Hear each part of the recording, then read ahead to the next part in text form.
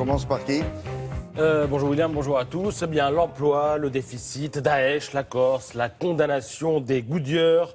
C'est une fin de semaine en éventail que je vous propose. L'éventail est grand ouvert, le sujet des choix, le choix des sujets abondants. Il y a quand même une affaire qui revient un peu partout, c'est Renault. Objectivement, après Volkswagen, on s'attendait à ce que quelque chose sorte un jour, bien qu'à ce stade de l'affaire, Renault ne semble pas dans le même type de fraude que la marque allemande. Alors pour le Figaro, le poison du doute ronge plus que jamais le secteur automobile et Renault, qui a perdu 10% en bourse hier, a plutôt mal géré cette affaire. Le constructeur paie son manque de transparence, estime Laurent Baudin dans l'Alsace. Même avis du côté de l'Est républicain où Alain Dussard écrit que la firme aux losanges s'est contentée d'un dangereux blackout alors qu'elle aurait pu officialiser les contrôles pour mieux les banaliser.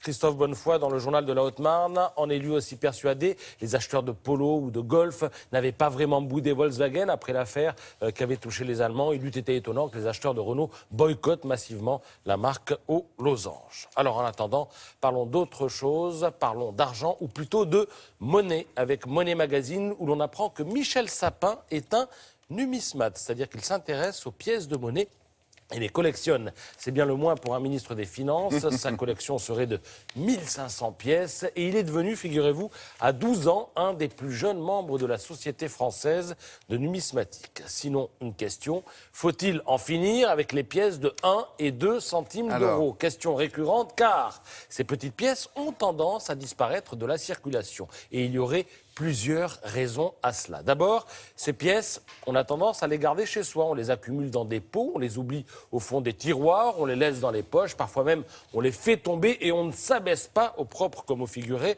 à les ramasser. Ensuite, il y a les touristes. Il leur reste toujours de la monnaie et souvent, bien, elle repart avec eux et finit par être jetée à la maison, en Allemagne, en Afrique, je ne sais où.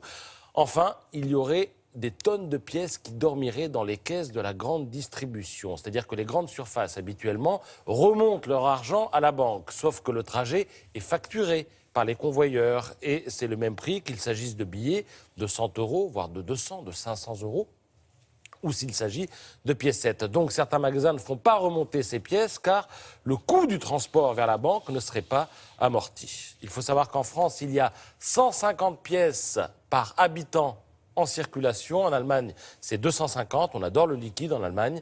La monnaie de Paris a injecté 18 milliards de pièces en euros depuis 2002, année de l'avènement de l'euro. Et sur ce stock, il n'en resterait plus que 10 milliards. C'est-à-dire qu'il y a 8 milliards de pièces qui se baladeraient comme ça et qui ne serviraient pas à grand-chose. Alors, puisqu'on parle de pièces, avec Country et Hôtel, maintenant parlons pourboire. Quelle pratique en fonction de quel pays? Savez-vous qu'au Japon, par exemple, il est malvenu de laisser un pourboire? C'est limite insultant, c'est limite j'ai mal fait mon travail. En revanche, au Canada, on y tient. Et dans les restaurants, le pourboire peut représenter jusqu'à 20% de l'addition. Culturellement, au Canada, le pourboire contribue à l'ensemble des revenus des personnes qui touchent le salaire minimum. Portugal, Grèce, Suède, le pourboire est une option. En Allemagne, on le donne directement au serveur.